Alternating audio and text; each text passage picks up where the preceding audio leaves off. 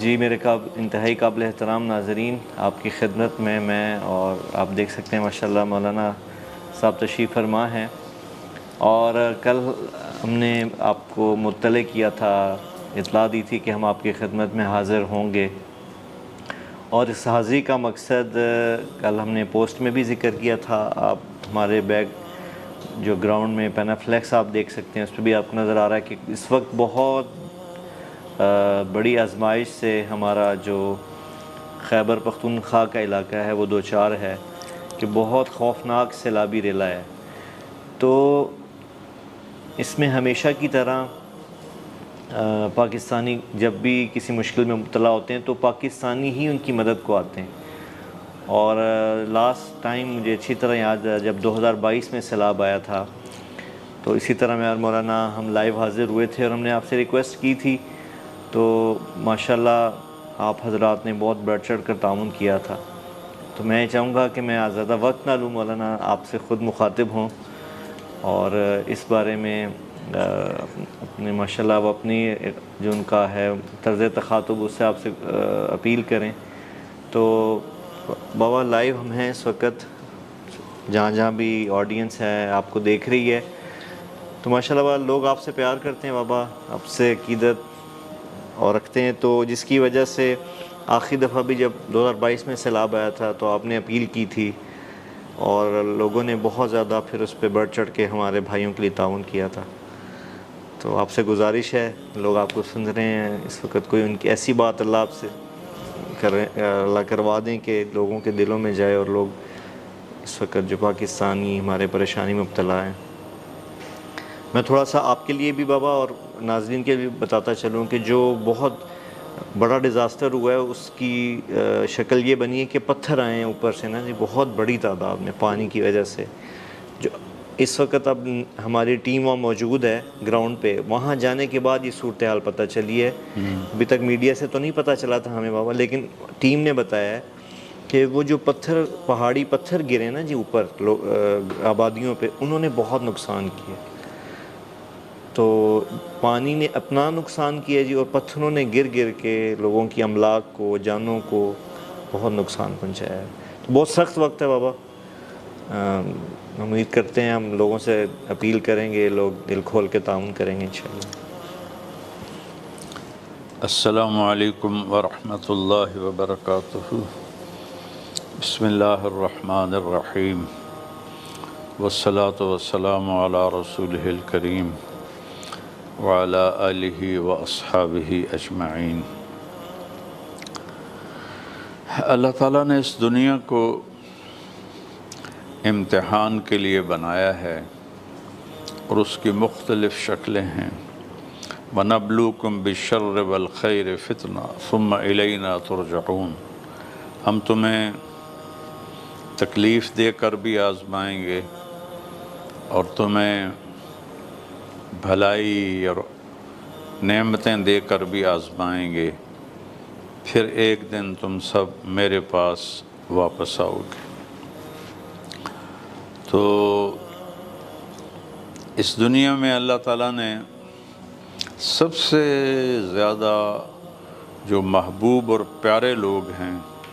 وہ اللہ کے انبیاء ہیں، جن سے افضل کائنات میں کوئی نہیں ہے۔ پھر ان میں سب سے اعلیٰ 25 انبیاء ہیں جن کا قرآن میں نام آیا ہے، ان میں سب سے اعلیٰ 5 ہیں جن کو اولو العزم من الرسل کہا جاتا ہے۔ سیدنا نوح علیہ السلام،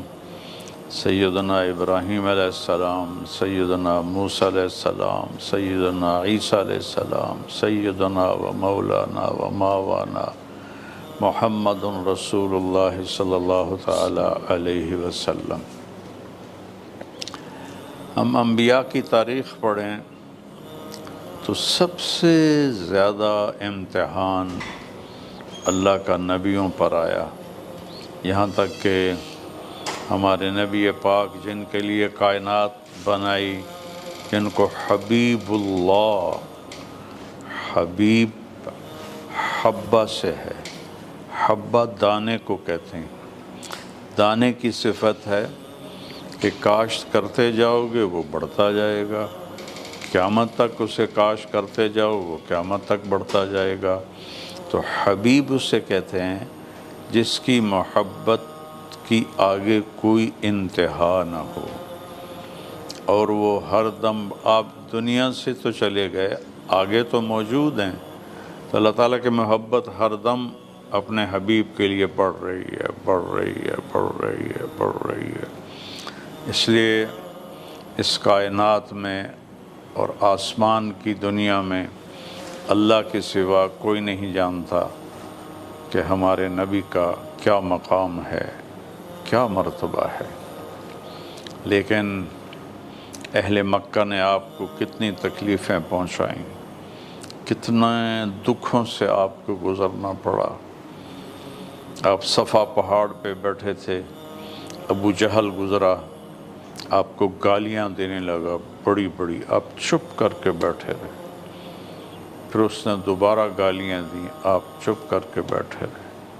پھر اس نے آگے بڑھ کے آپ کے سر پہ تھپڑ مارا، آپ چپ کر کے بیٹھے رہے، اس کے ہاتھ میں ڈنڈا تھا، اس نے سر میں مارا، خون نکل آیا، آپ نے اف نہیں کی، پھر اس نے آپ کو ایسے گھسیٹا ہاتھوں سے اور پہاڑی کے اوپر گھسیٹتا ہوا دور تک لے گیا، آپ کا سارا بدن چھل گیا، زخمی ہو گیا۔ یہ سارا تماشا بنی عبد مناف کی ایک باندی دیکھ رہی تھی۔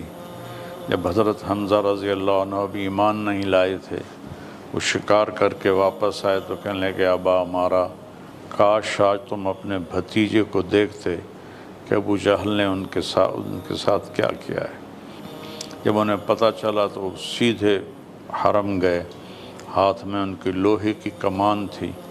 ابو جہل بیٹھا تھا، جا کے اس کے سر پہ ماری، زور سے اس کا خون نکل آیا،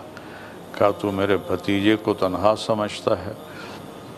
میں بھی اس کا کلمہ پڑھتا ہوں آج۔ تو بنو مخزوم، یہ مخزومی تھا، ابو جہل اٹھے لڑنے کے لیے، انہوں نے کہا نا نا نا نا نا نا نا، ابا مارا کو کچھ نہ کہنا، کچھ نہ کہنا۔ ان کی ہیبت ایسی تھی اور ان کا روب ایسا تھا۔ تو یہ سب کچھ میرے نبی کے ساتھ ہوا ہے۔ اور ایک وقت ایسا بھی آیا کہ آپ کوہ صفا پہ کھڑے تھے اور جبریل بھی ساتھ تھے، آپ نے کہا جبریل والذی نفس محمد بیدہ ما امسا لآل محمد کفۃ من شعیر ولا صفۃ من دقیق۔ اے جبریل، حضرت خدیجہ رضی اللہ عنہ سب سے مالدار تھیں، سارا مال ان کا لگ گیا، اور یہ حالت پہنچی کہ آپ کہہ رہے ہیں جبریل اس ذات کی قسم جس کے قبضے میں محمد کی جان ہے، آج آل محمد کے گھر میں ایک مٹھی جو بھی پکانے کے لیے کوئی نہیں ہے، اور ایک چٹکی آٹا پکانے کے لیے کوئی نہیں ہے۔ تو ایک دم ایک دھماکہ ہوا، تو آپ نے پوچھا یہ دھماکہ کیسا ہے؟ امر اللہ القیامت ان تقوم، کیا یہ قیامت کا دھماکہ ہے؟ اتنا زوردار تھا کہ نہیں یا رسول اللہ، ان ربک سمع کلامک، اللہ نے آپ کی بات کو سنا ہے، اور ایک دروازہ کھلا ہے پہلی دفعہ جو آج تک کبھی نہیں کھلا، یہ اس کا دھماکہ ہوا ہے، اور ایک فرشتہ آ رہا ہے جو آج تک پہلے کبھی نہیں آیا۔ تو اسرافیل آئے، ان کے ذمے تو سور پھونکنا ہے اور منہ میں لے کے کھڑے ہوئے ہیں، اللہ نے سور ان سے چھڑایا اور ان کو زمین پہ بھیجا، اتنا بڑا سونے کا تھال، اوپر ریشمی رومال، اور آ کر اس نے سلام پیش کیا کہ یا رسول اللہ ان ربک سمع کلامک، آپ کے رب نے آپ کی بات سنی ہے، آپ کے دکھ کو محسوس کیا ہے، وبعثنی الیک بمفاتیح خزائن الارض، اور یہ تھال ہے اور اس میں عرب کی نہیں 7 زمینوں کی چابیاں ہیں، 7 زمینوں کے خزانوں کی چابیاں ہیں، اور اللہ فرما رہے ہیں میرے محبوب سے پوچھ لو عبدًا رسولا او ملکًا رسولا، بادشاہی والی نبوت چاہیے سلیمان علیہ السلام طرح یا غلامی والی نبوت چاہیے؟ تو آپ نے جبریل کو ایسے دیکھا تو اس نے ہاتھ کا اشارہ کیا ایسے جھک جانے کا،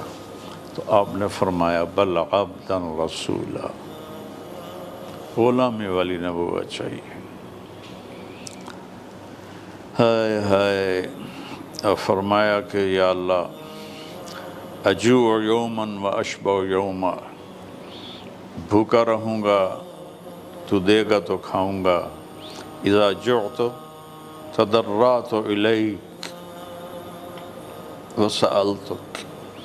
جب بھوک لگے گی تیرے آگے فریاد کروں گا، سوال کروں گا، اذا شبعت حمدتک وشکرتک، تو کھلائے گا تو تیرا شکر ادا کروں گا، تیری حمد و ثنا بیان کروں گا۔ تو میرے نہیں، پوری کائنات کے نبی، عرش سے نیچے سے لے کر تحت الثری تک کے نبی، اور اللہ کے محبوب حبیب نبی ان مشکلات سے گزرے۔ اور میں طائف میں گیا جہاں آپ کو پتھر پڑے تھے، اور جہاں آپ بے ہوش ہو کر گرے تھے، وہاں ترکوں نے ایک مسجد بنائی دی ہے۔ اتنے پتھر مارے کہ آپ کی پنڈلیوں سے خون نکل نکل کے پاؤں کے جوتوں کے ساتھ جم گیا، اور جوتے پاؤں کے ساتھ ایسے چمٹ گئے۔ اور اس بے ہوشی کے عالم میں زید بن حارثہ صاحب کو اٹھا کے بھاگے، اور ایک دشمن جانی عتبہ بن ربیعہ جو جنگ بدر میں سالار تھا، اس کے باغ میں پناہ لی۔ جب اس نے آپ کو دیکھا تو اس کے بھی رشتہ داری کے خون نے جوش کھایا، کہنے لگا ہائے محمد بن عبداللہ کا کیا حال ہو گیا۔ اور پھر اٹھا، پلیٹ اٹھائی ایک یا کوئی برتن، اور خود انگور توڑے، انگوروں کا باغ تھا، خود انگور توڑے رکھے، جاتے ہوئے شرم آئی، اپنے نوکر عداس کو بلایا کہ یہ اس آدمی کو جا کے کہو تجھے رشتہ داری کی قسم، خونی رشتے کی قسم، کہ میرے انگور رد نہ کرنا، یہ کھا لینا۔ جس پر دشمن کو بھی ترس آئے، ان کا کیا حال ہوا ہوگا۔ کیونکہ عتبہ بن ربیعہ بنو امیہ میں سے تھا، آپ بنو ہاشم تھے، 2 بھائیوں کی اولاد تھے یہ۔ تو جب وہ اس نے لا کے رکھا تو آپ نے بسم اللہ پڑھ کے انگور اٹھایا، تو عداس کہنے لگا ما سمعت بہذہ فی العرب، یہ بول میں نے عرب میں تو کبھی نہیں سنا۔ آپ نے فرمایا تم کہاں سے ہو؟ کہ میں نینوا سے ہوں، بابل عراق۔ آپ نے کہا اچھا، میرے بھائی یونس بن متہ نبی تھے، قرآن میں ذکر ہے۔ وہ کہنے لگا ما ادراک ما یونس بن متہ، آپ کو کیسے پتہ ہے کہ یونس بن متہ کون تھے؟ کہا وہ اللہ کے نبی تھے، میں بھی اللہ کا نبی۔ تو آپ کے پاؤں میں گر کے آپ کے پاؤں چومے اور کلمہ پڑھ لیا،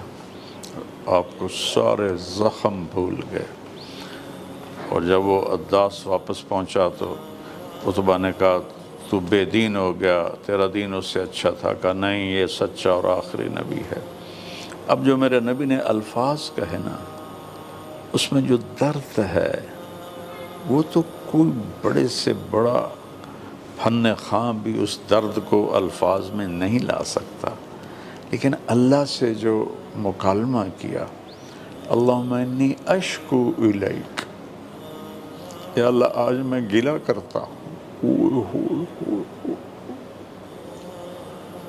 اتنے بڑے محبوب، اللہم انی اشکو الیک،